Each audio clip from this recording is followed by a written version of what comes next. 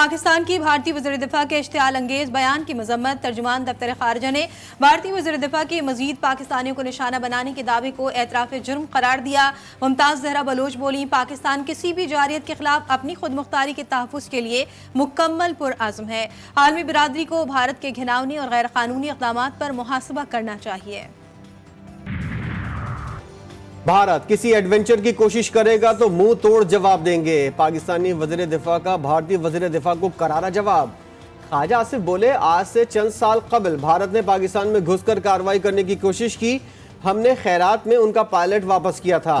ये दोबारा कोशिश करके देख लें, जो पहले हुआ था वही उनके साथ अब भी होगा। ये सिर्फ इलेक्शन वगैरह के सिलसिले में भड़के मार रहे हैं। भारत दहशतगर्द कार्रवाइयों की सरपरस्ती करता रहा है।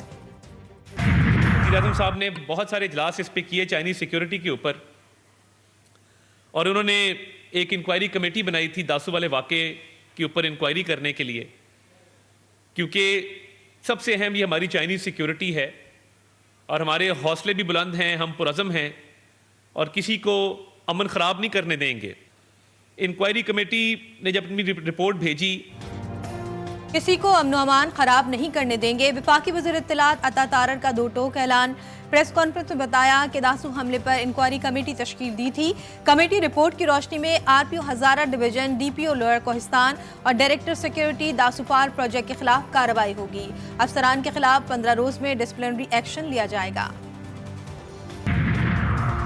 चीनी शहरियों की हिफाजत के लिए फूल प्रूफ इक़दाम की हिदायत। वफाकी वज़ीर दाखिला मोहसिन नकवी का गैर मुल्कियों की हिफाजत के लिए SOPs पर अमल दरामद को यकीनी बनाने का हुक्म।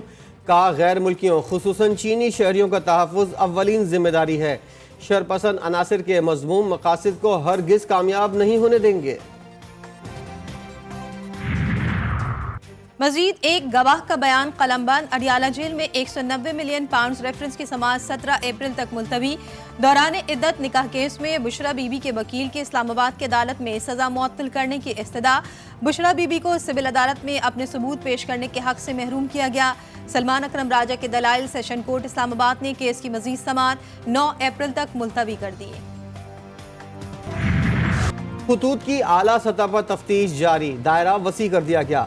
लाहौर हाईकोर्ट ने जजों के नाम खतूत से मुतालिक नए SOPs मुरतब कर लिए।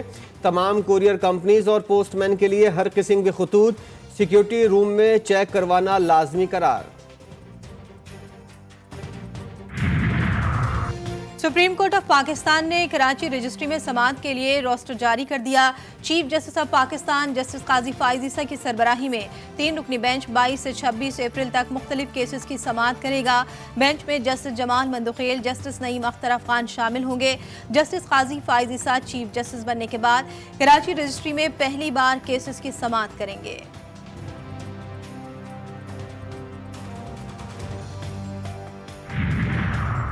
वर्जिश machine, special kitchen, security monitoring room, बानी PTI के लिए जेल में VVIP इंतजाम। 3 अहलकार सिक्योरिटी के लिए लगे कैमरों को देखते रहते हैं। 10 कैदी खिदमत पर मामूर। 2 अफसरान समेत 15 स्पेशल फोर्स के अहलकार सिक्योरिटी की जिम्मेदारी निभाते हैं। बानी PTI को अडियाला जेल में दस्तियाब सहूलियात की रिपोर्ट सामने आ गई। बानी PTI की सिक्योरिटी पर माहाना 12 लाख रुपए खर्च होते हैं। इस तरीके से कोशिश की जा रही है, हमारे जीतते हुए कैंडिडेट के खिलाफ एक प्रोपेगेंडा किया जा रहा है, दरख्वास्त दी जाती है, रिकाउंटिंग की जा रही है और रिकाउंटिंग में उसकी मेजॉरिटी को माइनॉरिटी में बदल दिया जाता है। खान साहब ने उसकी मिसाल दी है कि ये 1971 की तरफ आप हालात को लेके जा रहे हैं। हमूदुर रहमान कमीशन में भी इसका जिक्र है। मुल्क में मशरकी पाकिस्तान जैसे हालात पैदा किए जा रहे हैं। चेयरमैन PTI बैरिस्टर गौहर कहते हैं, तहरीक इंसाफ के जीते हुए नुमाइंदों को जबरदस्ती रिकाउंटिंग करवाकर हराया जा रहा है। अक्सरियती जमात को अक़लियत में तब्दील करने की कोशिश हो रही है। यही बात हमूदुर रहमान कमीशन में भी कही गई है।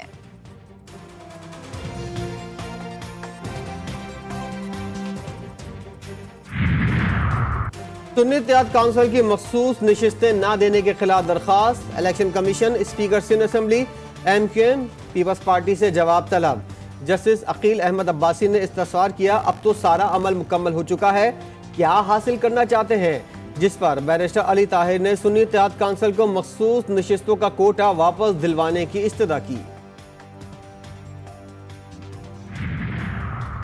वज़ीर-ए-आज़म शहबाज शरीफ 3 रोज़ा गैर मुल्की दौरे पर सऊदी अरब पहुँच गए। वज़ीर आला पंजाब वफाकी वज़रा भी वज़ीर-ए-आज़म के हमरा शहबाज शरीफ की उम्रा की अदायगी और हज़रत रसूल सल्लल्लाहु अलैहि वसल्लम पर हाज़िरी भी देंगे। वज़ीर-ए-आज़म की सऊदी वली अहद से मुलाकात भी तय पा गई। मुलाकात में दो तरफ़ा ताल्लुकात और सरमायाकारी के उमूर पर बातचीत होगी। 1000 महीनों से अफजल रात लैलतुल कदर की तलाश। मुल्क भर में शब कदर आज अकीदत और एहतराम से मनाई जा रही है। नमाज इशा और तरावी के बाद ख़त्म कुरान की महफिल। मसाजिद में 27वें रमज़ानुल मुबारक की मुनासबत से खुसूसी इंतज़ामात। ख़वातीन घरों और मर्द हजरात मसाजिद में रात इबादत में गुजारेंगे। लाखों मुसलमान रहमतों बरकतों फजीलतों की रात अल्लाह ताला के हुजूर सजदा रेज़, नवाफिल की अदायगी और कुरान पाक की तिलावत और दीगर इबादत।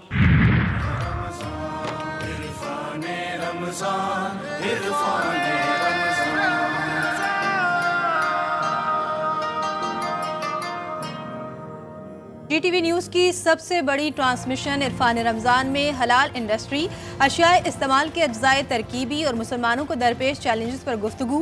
उलमाए कराम की हलाल और हराम की तमीज़ पर गुफ्तगू। कहते हैं अज्जाए तरकीबी के बदलने से हलाल और हराम का मयार बदलता रहता है।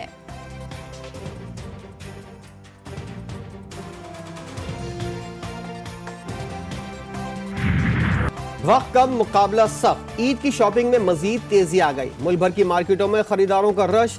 खवातीन मैचिंग की चूड़ी चप्पल और ज्वेलरी के लिए परेशान। नौजवान भी मुनफरिद नजर आने के लिए बेहतरीन सूट की तलाश में।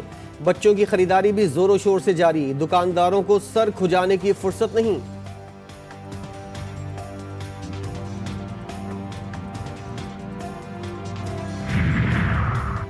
Chief justice Sindh high court की ज़ेर सदारत अमन अमान से मुतालिक इजलास। जस्टिस अकील अब्बासी ने कानून नाफिज करने वाले इदारों को 1 माह की मोहलत दे दी। चीफ जस्टिस ने ऑफिसर्स को हिदायत दी कि अमन अमान को खराब करने वाले जितने भी ताकतवर हों उन्हें अंजाम तक पहुंचाया जाए। 1 माह में अमन अमान यकीनी बनाया जाए। प्रोसिक्यूशन और इन्वेस्टिगेशन दोनों में मौजूद खामियां बेहतर बनाने की ज़रूरत है। इजलास के बाद IG सिंध गुलाम नबी की मीडिया से गुफ्तगू।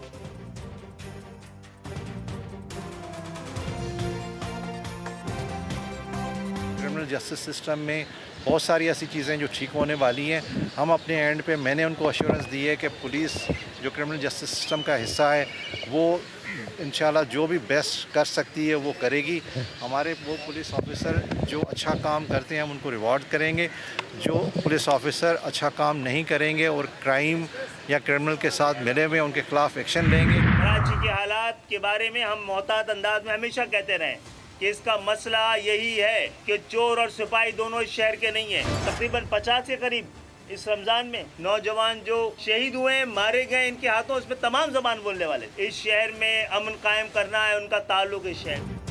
शहर कायद में अमन व अमान की सूरत हाल पर MQM सरबराह खालिद मकबूल सिद्दीकी का रद्द अमल। कहते हैं कानून तोड़ने वाले और कानून को चलाने वाले दोनों यहाँ के मकामी नहीं। हम बार बार कहते हैं पेशावर में पेशावर की पुलिस है तो कराची में कराची की पुलिस क्यों नहीं। 50 से ज़ायद नौजवान इस शहर में डाकुओं के हाथों मारे गए। कोयटा में सरकारी अस्पतालों की निजकारी के खिलाफ तिब्बी अमले का एहतजाज जारी। Paramedical staff, grand health alliance और दीगर तंजीमों के मुजाहिरे में शिरकत। मुजाहिरीन का सिविल अस्पताल से रैली की शक्ल में रेड जोन और वजीर आला हाउस जाने की मार्च। कौमी क्रिकेट टीम का कोच कौन होगा, नाम सामने आ गए। गैरी क्रिस्टन को व्हाइट बॉल, जेसन क्लिस्पी को रेड बॉल का हेड कोच बनाने का फैसला। रस्मी कार्रवाई पूरी होने पर PCB कोचेस की तैनाती का ऐलान करेगा।